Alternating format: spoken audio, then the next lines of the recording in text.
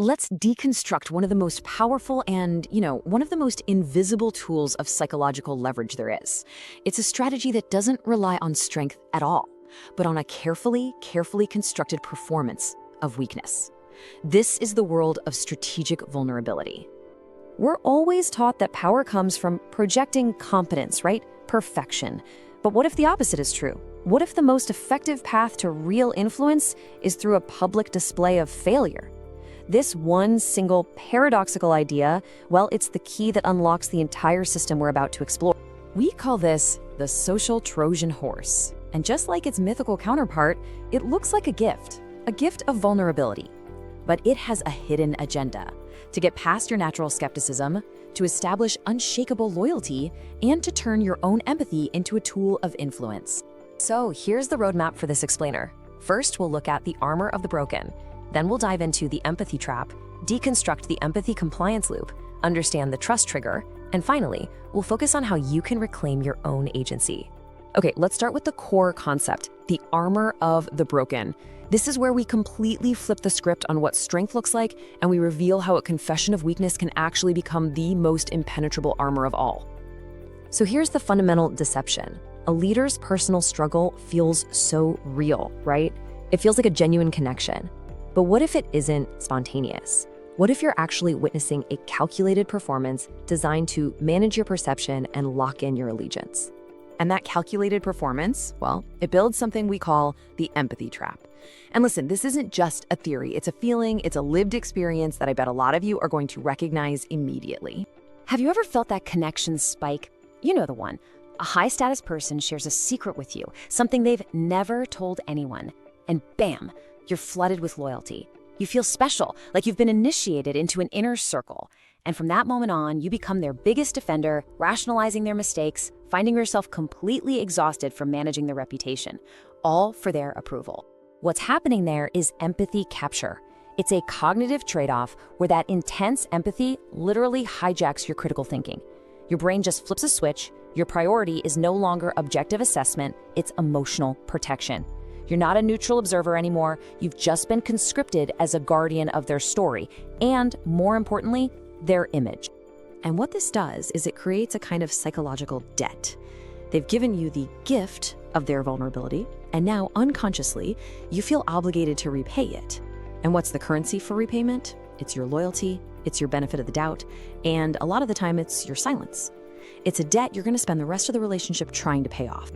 Okay, so now that we understand the feeling, let's deconstruct the four-stage mechanism that actually creates it. We're gonna open up the machine. This is the empathy compliance loop. This is how the magic trick is performed. So the loop has four distinct phases. First, the competence shield. Second, the surgical confession. Third is the skepticism trigger. And finally, the loyalty payoff. Let's break each one down. Step one is absolutely crucial. The person has to establish themselves as highly competent first. This shield of high status is totally non-negotiable. See, when someone successful confesses a flaw, it feels like a rare peek behind the curtain, like a gift. Without that shield, that same confession would just sound like a complaint or an admission of incompetence. It'd be a burden. Step two is the surgical confession. And I mean surgical. This is a carefully selected, controlled flaw. It's almost always a past struggle they've now overcome, something like imposter syndrome or a business stumble from years ago. But notice what it's never about: a current ethical failure or a fundamental character flaw. It's designed to be just relatable enough to make them human, but without actually threatening their power structure. And right there, that is the leverage point. The entire strategy hinges on this one single moment, the pivot from building power to cashing it in for loyalty. Now, when you hear that confession, your brain doesn't see it as strategy. It interprets it as an act of bravery. And that perception of courage, well, it shuts down your threat detection system. It triggers what's known as the halo effect. Because they were good or brave in this one instance, you unconsciously just assume their goodness extends to everything else they do. And this is where the trap closes. With your skepticism totally offline, you're no longer analyzing their actions. You're just interpreting them through a lens of perceived goodness. This is the moment control shifts. Finally, we get to step 4, the long-term payoff.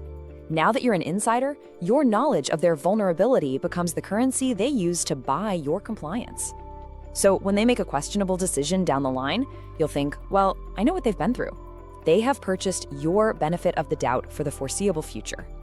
But look, that loyalty payoff doesn't happen in a vacuum. It's powered by these deep, predictable triggers in our own psychology. So we've seen how the machine works. Now let's look at the fuel.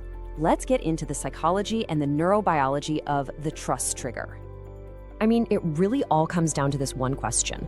Why is it that we distrust the person who seems absolutely perfect, but we feel this magnetic pull towards the high achiever who admits they're kind of a mess?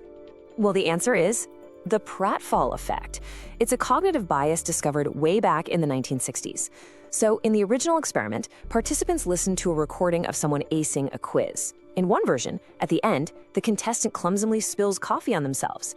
And the result? The clumsy, brilliant contestant was rated as way more likable than the one who was just brilliant. See, perfection is intimidating. It creates a status threat. A mistake, a little pratfall, it removes that threat, and it makes them seem more human, more approachable, and paradoxically, a lot more trustworthy. And you can really see how stark that transformation is.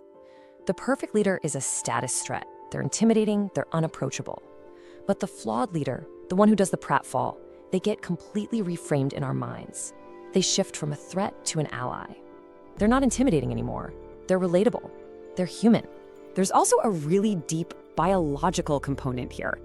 Hearing a story of personal struggle can trigger a release of oxytocin in our brains. It's often called the trust hormone because it's so crucial for social bonding. And when that chemical hits your system, it effectively hijacks your brain's sincerity detector. It creates this powerful feeling of trust that has absolutely nothing to do with logic or evidence. You don't just think they're trustworthy, you feel it on a neurological level. And that makes it incredibly difficult to question. All right, we've deconstructed the weapon. Now it's time to build the shield. It's time to learn how to reclaim your agency and shift your mindset from being a complicit participant to being a clear-eyed analyst. And your most powerful tool is a simple question you just ask yourself the moment you hear one of these strategic confessions. Why now? The timing is everything. Just asking this question acts as a pattern interrupt. It forces a pause in that emotional flood, and it re-engages the critical part of your brain that empathy capture just shut down. Now there's a three-step process to put that question into action. First, audit the incentive. Ask yourself, is this confession conveniently timed right before a big ask? Or is it maybe meant to deflect attention from a recent failure? Second, avoid reciprocal disclosure. The trap is set for you to share one of your own vulnerabilities in return. Don't do it. Maintain your boundaries. And third, label the effect. Just state to yourself, I am feeling a rush of loyalty right now. Just naming the emotion separates you from it, and that helps restore your objectivity. Okay, this is the most important strategic insight for protecting your own cognitive sovereignty.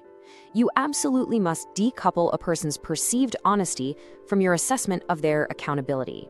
They are not the same thing. We instinctively bundle them together, right? We assume an honest person must be an accountable one. That assumption, that right there, is the vulnerability in our own thinking that this whole strategy exploits. To do this, you have to adopt a mindset of outcome-based accountability. You judge a person's actions, their performance, their ethics based on objective results and clear standards, not on the compelling story they tell about their personal struggles. Someone can be genuinely struggling and still be profoundly failing at their job or acting unethically. Bottom line, empathy is not an excuse for exploitation. So a final thought here. True connection is invaluable, but manufactured connection is a tool of influence. The most dangerous person isn't the one who lies to you, but the one who uses the truth to lie about their intentions. So when you're faced with a sudden act of vulnerability, just remember this. Don't mistake an opened heart for an opened hand. Always audit the intent.